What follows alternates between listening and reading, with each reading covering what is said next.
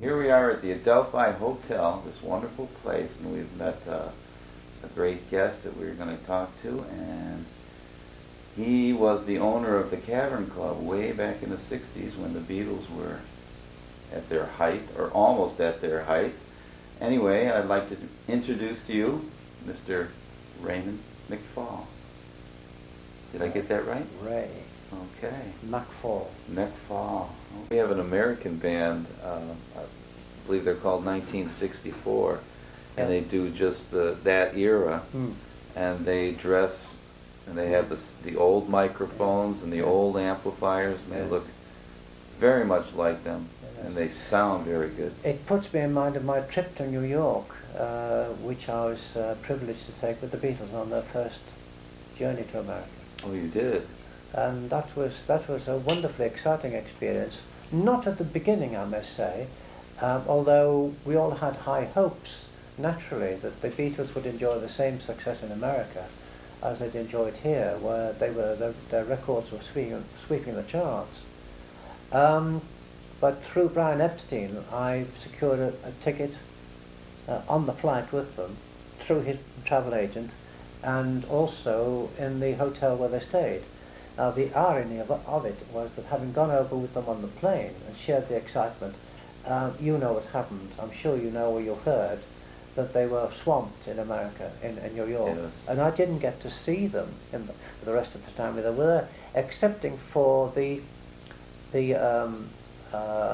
Ed Sullivan show on television, and of course the concert at Carnegie Hall.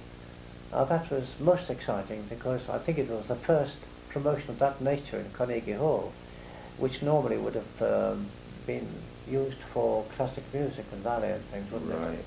And there was all the political hierarchy and the glitterati of New York sitting there. And the story was that there were all of them, scratching one another's eyes out to get tickets. But they were limited, obviously. Again, Brian got me a ticket for that show, and that was wonderfully exciting. But on the plane going over, I was sitting surrounded by the Beatles in my seat, and they were fairly quiet. They were nervous? They were nervous. Honestly, they were tense. Brian was there. I think John or Paul was sitting next to him, and there were two of them in the front. Who's that man who created the Shirelles, Motown music? He recorded them. I'll think of him. He was sitting beside me, barely said a word. But it was quiet until word came from the flight deck that there were crowds gathering at JFK. And I remember them saying to one another, well, who else is on the plane, you know? Who's on the plane? Who are they waiting for? It was quite astonishing. And then the truth dawned on them that the crowds were coming to see, because of course the flight deck crew would have been told, you see, what was happening over there, and they were convinced, they succeeded in convincing the Beatles that the crowds were waiting to see them. And when we landed, there was just a sea of faces over there, and Beatle posters and boards and all sorts. And for security reasons, and fortunately the airport people got onto it fairly quickly, and they got off the aircraft first and were sort of bustled through the departure lounge and everything, the arrivals lounge. But it was most exciting. At one point, everybody got a camera out on the plane, taking photographs of everybody else. It was extraordinary. I got some at home, but unfortunately they're very grainy, otherwise I'd put them up for auction, wouldn't I? Yeah. No, I wouldn't. No, not really, not bad. What did you think of Brian Epstein? Well, when he first came down to the Cavern, he was like a fish out of water.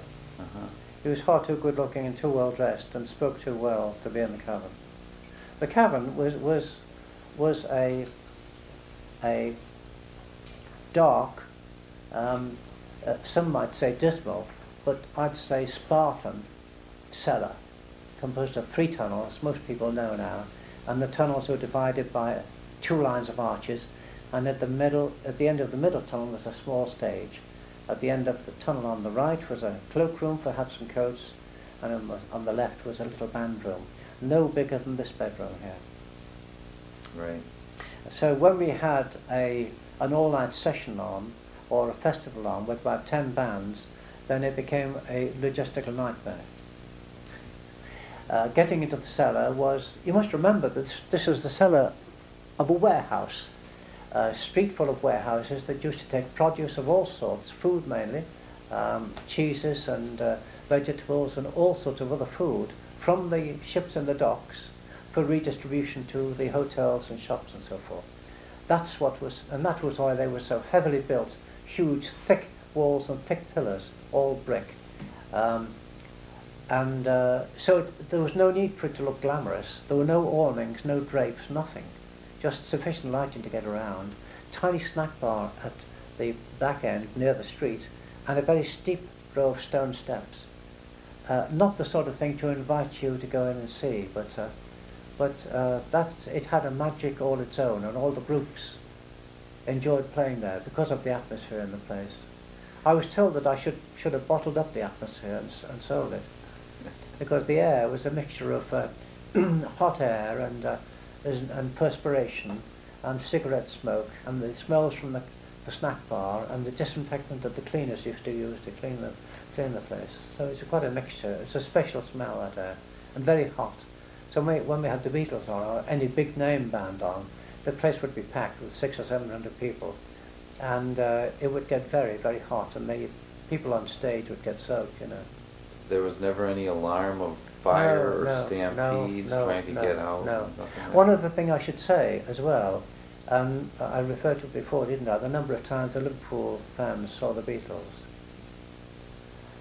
Bear in mind that if you think of me sitting here and the stage being about that high there, the front row of seats where the Beatles fans were, because the middle tunnel had seats for seated audience, and at the side they'd stand or dance. And there's the stage, and the stage is within touching distance like that.